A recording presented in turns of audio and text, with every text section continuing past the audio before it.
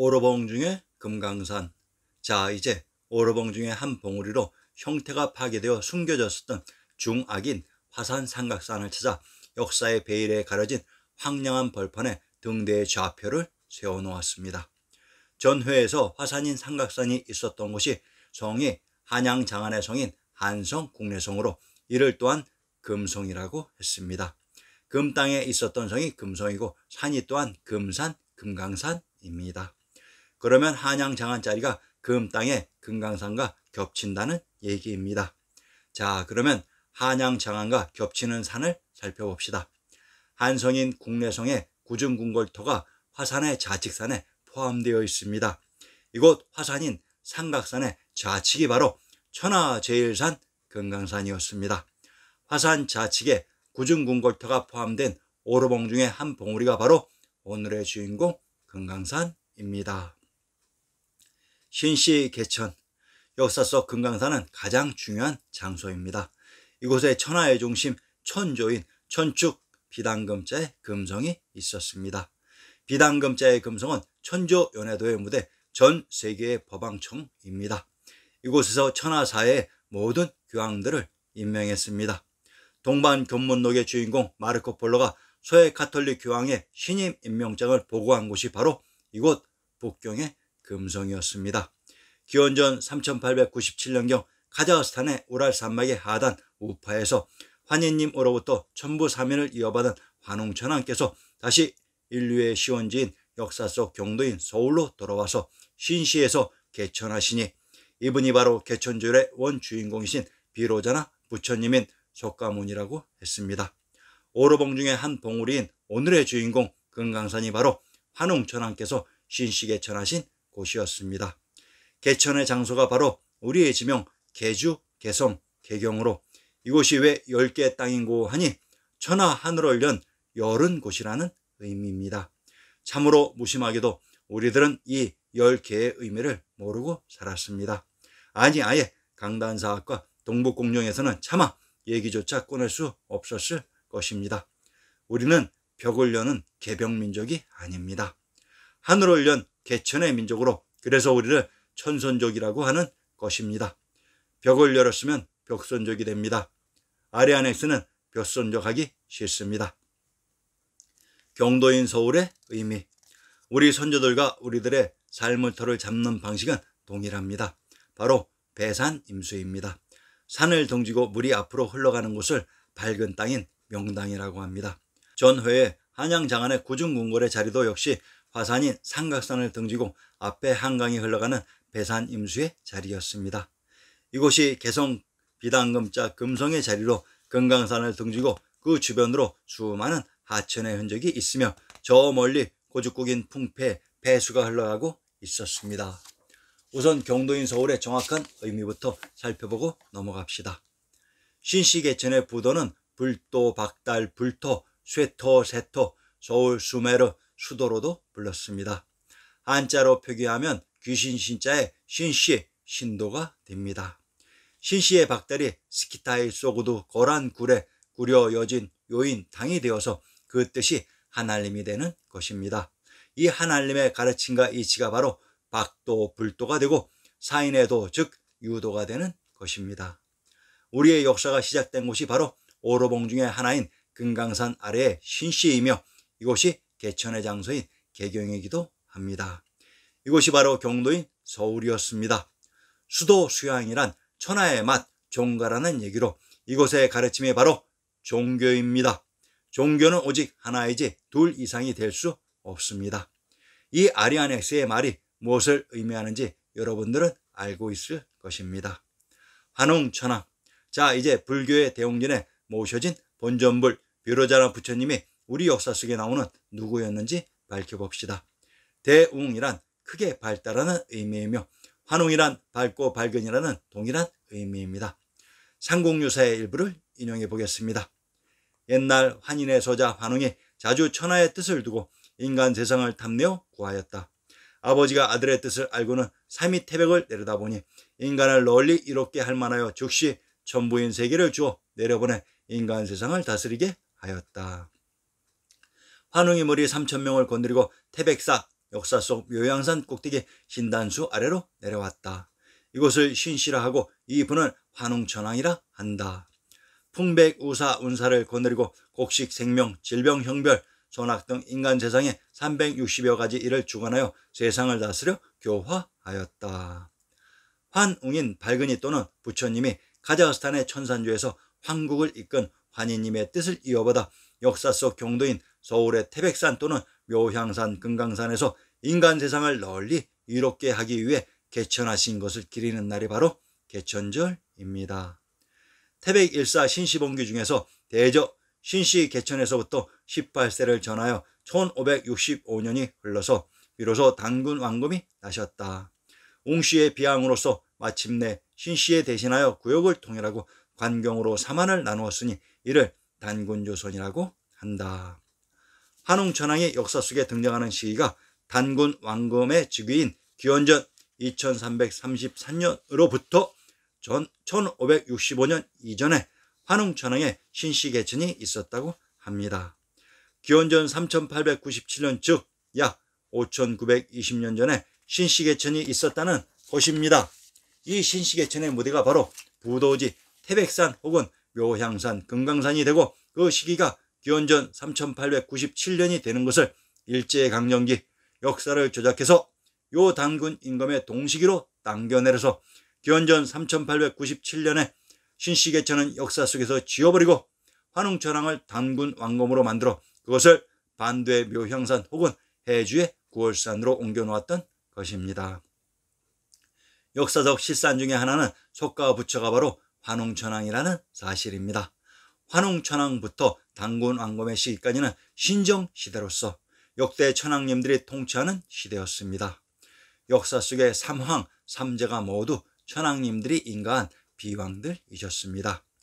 환웅의 환은 발달하는 말이고 웅은 몽골어로는 바토로입니다. 바로 우리말로 박토, 박달이며 부도이고 부처입니다. 즉 환웅부처이십니다. 역사서에 흔히 등장하는 선인 단군이라는 이름도 역시 부도, 불토, 부처의 선인이신 당이란 말입니다. 즉 당부처란 말입니다. 자, 이곳 금강산과 오르봉 중의 하나인 다른 산이 경계하고 있는 안으로 포근하게 들어간 부분이 삼위태백입니다. 삼위를 증산, 구월산, 백악이라고도 합니다. 묘향산, 금강산, 백두산, 종남산, 수양산, 태백산, 곤륜산, 수미산, 금산. 현재의 묘향산, 금강산, 백두산, 종남산, 수양산, 태백산, 곤륜산, 수미산, 금산은 각각 다른 곳에 위치되어 있는 별개의 산으로 되어 있습니다. 그런데 이 묘향산, 금강산, 백두산, 종남산, 수양산, 태백산, 곤륜산, 수미산, 금산은 동일한 하나의 산이었습니다. 묘향산, 금강산, 백두산, 종남산, 수양산. 향산별곡을 인용합니다. 묘향산 봄 풍경을 너더러 물어보자. 시절이 삼춘이요 피난의 매꽃이라. 봉봉이 푸른빛은 봉래산 금강초요. 골골이 흐른 물은 무릉의 낙하로새. 바로 묘향산을 봉래산이라고 부른 것을 알 수 있습니다. 우리는 금강산을 봄에는 금강산, 여름에는 봉래산, 가을에는 풍악산, 겨울에는 계골산이라고 배워왔습니다. 그래서 봉래풍악이라고 나와 있는 것으로 모든 금강산 이야기는 바로 묘향산을 두고 하는 이야기였던 것입니다.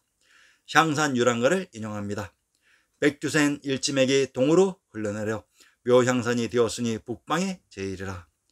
백두산 일지맥이 묘향산이 되었다고 합니다. 즉 백두산이 묘향산인 것으로 백두란 나무가 없는 발들반들한 흰 머리로 머리인 두는 맞은 종이 되어 천하의 조정인 비단금자에 금성이 있었던 종남산이 되고 머리수가 되어 수양산이 되기도 합니다. 이곳 계주가 바로 해주이기도 합니다. 황해도 해주의 군명이 수양산 고주이었습니다. 태백산, 신정 동국 여지스남 평안도 영변의 산천을 인용합니다. 묘향산 부해동쪽 130리에 있다. 태백산이라고도 하며 옛 기록에 그 산에 360 암자가 있다고 했습니다. 묘향산을 또한 태백산이라고도 합니다. 곤륜산, 수미산, 금산. 대당서역교의 주석을 인용합니다.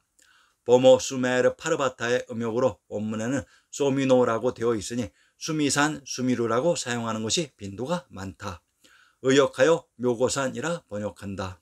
그 외에도 향산, 향취산, 향적산, 곤륜산, 계라사산 및 강직세, 강림보치가 모두 같은 산을 의미하는데, 수미산의 범호 수메르 파르바타란, 수메르는 수마을로 수양, 수도와 동일한 말이며, 파르바타란 파는 법왕청이고 바타란 박터입니다. 불교의 범호가 순수한 한글인 것을 알 수 있습니다. 수미산을 향산, 곤륜산이라고 합니다. 역사 속 이곳에 있었던 항구가 또한 향항이라고 합니다. 현재는 홍콩이라고 부르고 있습니다. 여러분들은 무슨 뜻인지 아시겠지요? 대당서역기를 인용합니다. 수미산은 4가지 보배가 합하여 이루어졌고 큰 바다 가운데 있으며 금륜 위에 자리 잡고 있다. 그곳은 해와 달이 비추고 모든 천신이 논일며 머무는 곳이다. 7개의 산과 7개의 바다가 빙 둘러서 줄지어 있으며 산 사이의 바닷물은 8가지 공덕을 갖추고 있고 7개의 금산 밖에는 소금바다가 있다고 했습니다. 해와 달이 비추는 곳이란 여러분들 1월 5학도에 나오는 해와 달을 아시겠지요? 1월 5학도의 1월이 바로 해와 달입니다. 금 땅에 있었던 산이 금산으로, 금산이 또한 금강산인 것을 알 수 있습니다. 자, 그러면 수미산을 우리의 지리지인 대동지지에서 찾아봅시다. 대동지지 읍지료 황해도 해주조를 인용합니다. 산수, 우이산은 북쪽으로 십리에 있고 속봉에 우뚝 서 있고 청수하다.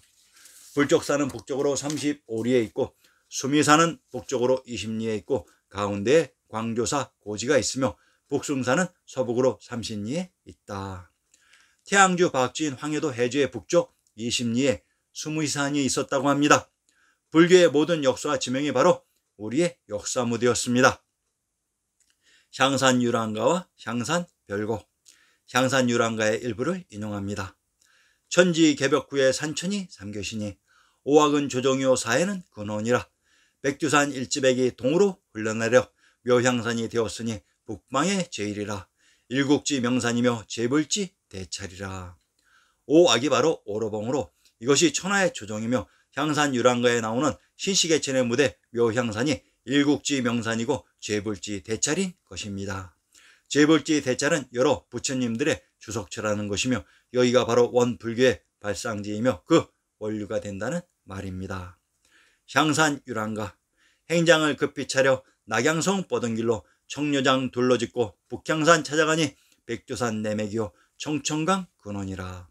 금강산 왕경록, 행장을 급히 차려 낙양성 뻗은 길에 촌촌자로 걸어 석경에 막대 짓고 단발령 높은 국에 겨우 올라앉아 금강산 바라보니. 전편들에서 낙양이 경주이며 개성에 가까운 곳에 위치되어 있었다고 했습니다. 향산이 금강산으로 이곳에 가까운 곳에 낙양성으로 뻗은 길이 있었다고 합니다. 이것이 진실이라는 것을 여러분들은 이제 아실 것입니다. 자, 이제 향산유랑가의 일부를 인용하면서 오로봉 중의 하나인 금강산을 마무리하겠습니다. 중대를 겨우 넘어 당군대 올라가니 박지한 일천봉이 대아래 조여하고 긴 시내에 낀 안개의 동문을 다시 나서 말 잡고 돌아보니 만악 천봉이 구름빛 뿐이로다. 금강산의 당군대에 올라가니 만악 천봉이 나를 우러러 대아래 조여하고 구름빛 뿐이로다. 까마아득히 저 멀리 아득히 만악 천봉에 구름이 펼쳐져 있었다고 합니다. 우리도 한번 살펴봅시다. 일직선으로 쭉 연결된 만악 천봉의 산맥이 정말로 장엄합니다. 이러한 곳에서 가슴속 깊이 지니고 있었을 우리 선조들의 그 큰 붕종만리의 웅지를 우리는 느낄 수 있습니다. 다음 회에서는 오로봉 중에 한 봉우리인 한라산의 비밀을 밝혀드리겠습니다.